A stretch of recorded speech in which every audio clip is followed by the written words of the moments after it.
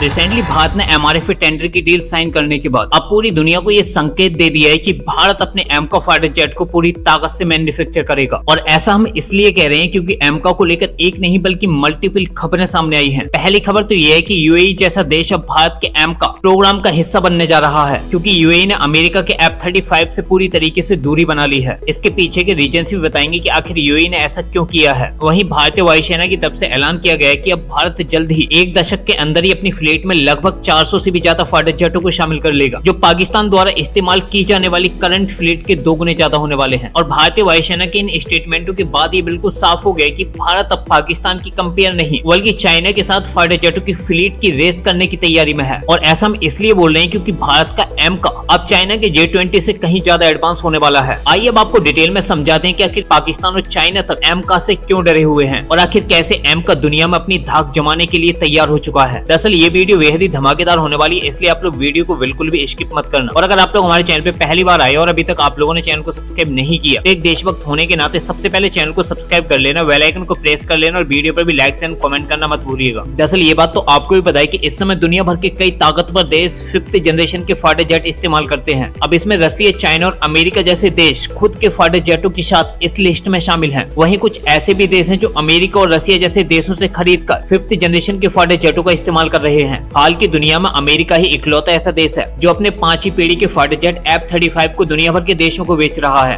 क्योंकि रसिया के सुखोई 57 को मात्र अभी तक एक खरीदार मिला है। उसे भी रशिया अभी तक अपने 5th जनरेशन के फाइटर जेट को डिलीवर नहीं कर पाया है। और वहीं दूसरी तरफ जो अमेरिका का F-35 फाइटर जेट है उसे अब दुनिया ने नकारना शुरू कर दिया है, क्योंकि जहां फ्रांस के राफेल फाइटर जेट को खरीदने के लिए दुनिया बेताब है, वहीं अमेरिकी F-35 की जो डील पहले से ही फाइनलाइज हो गई थी वो भी कैंसिल आउट हो गई है। फिर चाहे आप लोग कनाडा को देख लो या फिर यूएई को देख लो, यूएई ने भी अमेरिकी F-35 से पूरी तरीके से दूरी बना ली है और अमेरिका के F-35 को खरीदने से बिल्कुल मना कर दिया है। आप लोग चाहे तो खुद ही आर्टिकल देखो जिसमें साफ है कि UAE does not plan to reopen F-35 fighter jet talks with US. अब यहाँ पर सबसे बड़ी बात यह है कि जिस तरीके से यूएई ने F-35 को खरीदने से मना किया है और अब खबरें निकल के आ रही हैं कि यूएई भारत के एमका फाइटर जेट में अपना इंटरेस्ट शो कर रहा है। उसने एक बार फिर से पूरी दुनिया भर की डिफेंस मार्केट में हलचल पैदा कर दी है, क्योंकि दुनिया भर की 5th जेन फाइटर जेटों की रेस में एमका एक ऐसा नाम है जो अभी हवा में भी नहीं उड़ा है, लेकिन एमका को खरीदने के लिए सुपर पावर देश भी लाइन में खड़े हो गए हैं। और अब दुनिया भर के डिफेंस मार्केट में ये खबरें स्प्रेड हो गई हैं कि क्या यूएई ने भी भारत के एमका पर बड़ा दाव खेल दिया है या फिर भारत यूएई को अपने एमका प्रोग्राम में शामिल करना चाहता है ताकि एमका को और भी फास्ट ट्रैक मोड पर डेवलप किया जा सके, क्योंकि एमका फाइटर जेट के लिए भारत भी एक ग्लोबल पार्टनर की तलाश कर रहा है।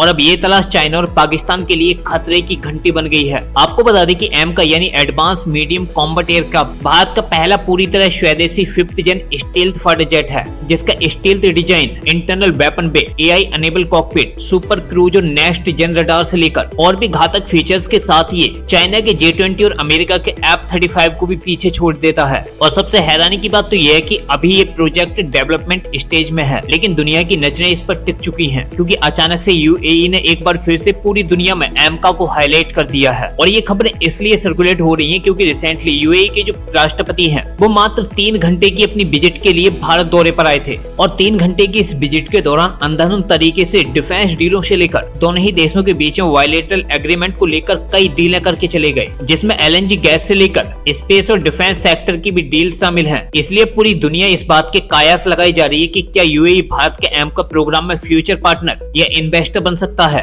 अब इसके लिए आप लोग चाहें तो खुद ही आर्टिकल देख लो जिसमें साफ है कि why India should offer the UAE a stake in AMCA programme. लेकिन यहाँ पर आप लोगों की जानकारी के लिए बता दें कि अभी तक भारत और यूएई के बीच में एमका को लेकर कोई ऑफिशियल डील नहीं हुई है, बल्कि डिफेंस डिप्लोमेसी में इंटरेस्ट दिखाना ही आने वाले बड़े समझौते का संकेत होता है, क्योंकि आज की डेट में 5th जेन क्लब में केवल यूएसए F-35, चाइना J-20 और रसिया Su-57 के साथ शामिल है। और अब भारत अपने एमका के साथ एंट्री के लिए तैयार है। ऐसे में अगर यूएई जैसे देश भारत के साथ जुड़ते हैं तो ये सिर्फ एक जेट नहीं बल्कि ये नई जियोपॉलिटिकल पावर अलाइनमेंट होगी, क्योंकि इस समय एमका भारत का एक फ्यूचरिस्टिक फाइटर जेट है। वहीं तेजस मार्क 2 भारत का इमीडिएट जवाब है, क्योंकि vigour engine, longer range, heavier payload और ऐसा रडार के साथ तेजस मार्क 2 सीधे सीधे अमेरिकी F-16 से लेकर चाइना के J-10C को टारगेट करेगा। अब राफेल के साथ ये जंग बेहद ही चैलेंजिंग होगी, क्योंकि इस समय पाकिस्तान के पास F-16, J-17 और J-10C जैसे फाइटर जेट हैं। वहीं भारत के पास सुखोई 30 MKI,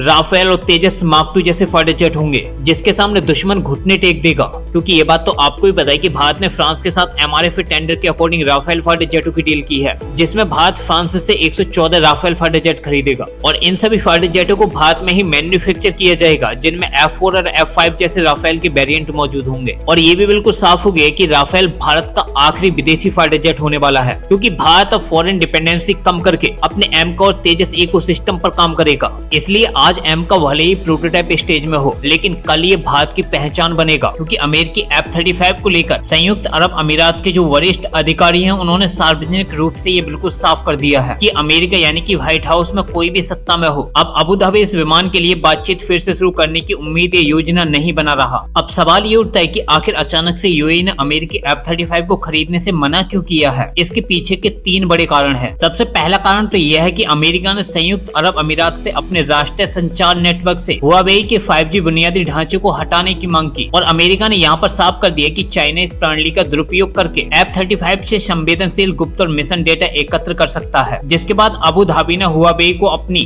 डिजिटल अर्थव्यवस्था का एक प्रमुख स्तंभ और दीर्घकालिक रणनीतिक साझेदार मानते हुए इस मांग को अस्वीकार कर दिया। और इसका दूसरा कारण यह था कि अमेरिका ने विमान के उपयोग और तैनाती के तरीके और स्थान पर कड़े प्रतिबंध लगा दिए। अमीराती अधिकारियों ने इन शर्तों को राष्ट्रीय संप्रभुता और परिचालन स्वतंत्रता का सीधा उल्लंघन माना। वहीं तीसरा कारण यह कि अमेरिकी कानून के अनुसार इस क्षेत्र में इजरायल को गुणात्मक सैन्य बढ़त बनाए रखनी होगी। व्यवहार में इसका मतलब यह है कि अरब देशों को आपूर्ति किए जाने वाले किसी भी F-35 विमान में इजरायल के बेड़े की तुलना में संभवतः कमतर सॉफ्टवेयर, सेंसर या इलेक्ट्रॉनिक युद्ध क्षमताएं होंगी। एक ऐसी रियलिटी जिसे यूएई बिल्कुल भी स्वीकार नहीं करना चाहता। कुल मिलाकर इन सभी घटनाओं की वजह से यूएई ने अमेरिकी F-35 को खरीदने से बिल्कुल मना कर दिया और यही भारत के लिए सबसे बड़ा मौका है यूएई को अपना डिफेंस पार्टनर बनाने के लिए, ताकि यूएई भारत के एमका फाइटर जेट में बड़ा इन्वेस्टमेंट कर सके। और अगर यूएई एमका प्रोग्राम में शामिल होता है तो दोनों ही देशों को तत्काल और दीर्घकालिक लाभ प्राप्त होंगे। और अगर यूएई भारत के एमका प्रोग्राम का पार्टनर बनता है तो भारत पर पड़ने वाला वित्तीय बोझ भी काफी हद तक कम हो सकता है और इसके डेवलपमेंट की गति भी काफी तेज हो सकती है। यानी कि जहां एमका 2035 तक भारतीय वायुसेना में शामिल होगा तो यूएई के शामिल होने के बाद ये 2030 या 33 तक की भारतीय वायुसेना को मिल जाएगा, क्योंकि इस समय भारत और यूएई 2 ऐसे देश हैं जिन्होंने फ्रांस से बड़ी संख्या में राफेल फाइटर जेटों को खरीदा है और अभी दोनों ही देश मिलकर भारत के एमका प्रोग्राम का भी हिस्सा बन सकते हैं। वहीं भारत के डिफेंस सेक्टर को लेकर एक और जो बड़ी खबर सामने आई है वो ये है कि भारत अपने 6th जनरेशन के फाइटर प्रोग्राम पर भी काम करने की तैयारी में है। अब इसी खबर को लेकर भारतीय वायुसेना ने एक बड़ा स्टेटमेंट दिया है कि भारत को अब 6th जनरेशन के फाइटर जेट हासिल करने के लिए किसी ग्लोबल पार्टनर्स के साथ को डेवलपमेंट में शामिल हो जाना चाहिए। उसके लिए आप लोग चाहें तो खुद ही आर्टिकल देखो, जिसमें साफ है कि IAF चीफ्स सिग्नल्स इंडिया में ज्वाइन ग्लोबल पार्टनर्स फॉर को development of 6th generation fighter jet. यानी कि इस आर्टिकल से ये बात बिल्कुल साफ हो गई कि भारतीय वायुसेना ने लॉन्ग एम्बिशन 6th जेन फाइटर प्रोग्राम के लिए भी कमर कस ली है। खुद भारतीय वायुसेना के जो air chief marshal AP Singh है उन्होंने दावा किया है कि भारत को भी अपने नेक्स्ट जनरेशन फाइटर प्रोग्राम के लिए किसी ग्लोबल पार्टनर के साथ को डेवलपमेंट के लिए पार्टिसिपेट कर देना चाहिए। अब देखते हैं भारत के डिफेंस सेक्टर को लेकर और क्या क्या खबरें सामने आती हैं। फिलहाल इस वीडियो में इतना ही, मिलते हैं एक नई वीडियो के साथ, तब तक के लिए जय हिंद जय भारत।